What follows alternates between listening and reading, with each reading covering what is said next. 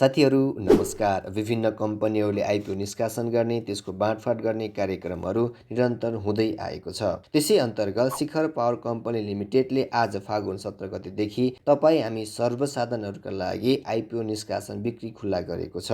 यो आइपिओमा फागुन 26 गतेसम्म एप्लाई गर्न मिल्छ। यो आइपिओमा हामी सर्वसाधारणहरूका लागि 18,42,600 किता निष्कासन गर्न लागि हो। यसको प्रति किता रु 100 रुपैयाँ रहेको छ।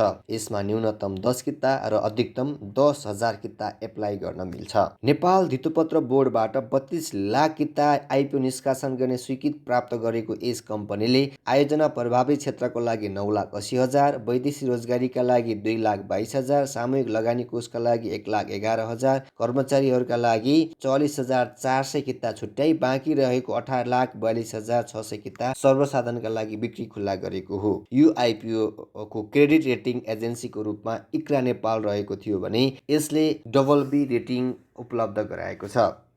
यसको अर्थ हो यस आइपिओमा मोडरेट रिस्क अर्थात् औसत जोखिम रहेको छ भन्ने बुझ्न सकिन्छ। यो हाइड्रो पावर सेक्टरको आइपिओ रहेको छ। यो आइपिओमा ओभर सब्सक्राइब हुन सक्ने सम्भावना रहेको हुँदा कम्तीमा तपाईँले 10 किता मात्र एप्लाई गर्नुहोला, त्योभन्दा धेरै एप्लाई नगर्नुहोला। यस्तै आइपिओसँग सम्बन्धित जानकारीको लागि हाम्रो यस स्मार्ट पैसा अफिसियल युट्युब च्यानलको सोसियल मिडियालाई लाइक, सब्सक्राइब र कमेन्ट गर्न नबिर्सनुहोला भन्दै बिदा हुन चाहन्छौँ। नमस्कार।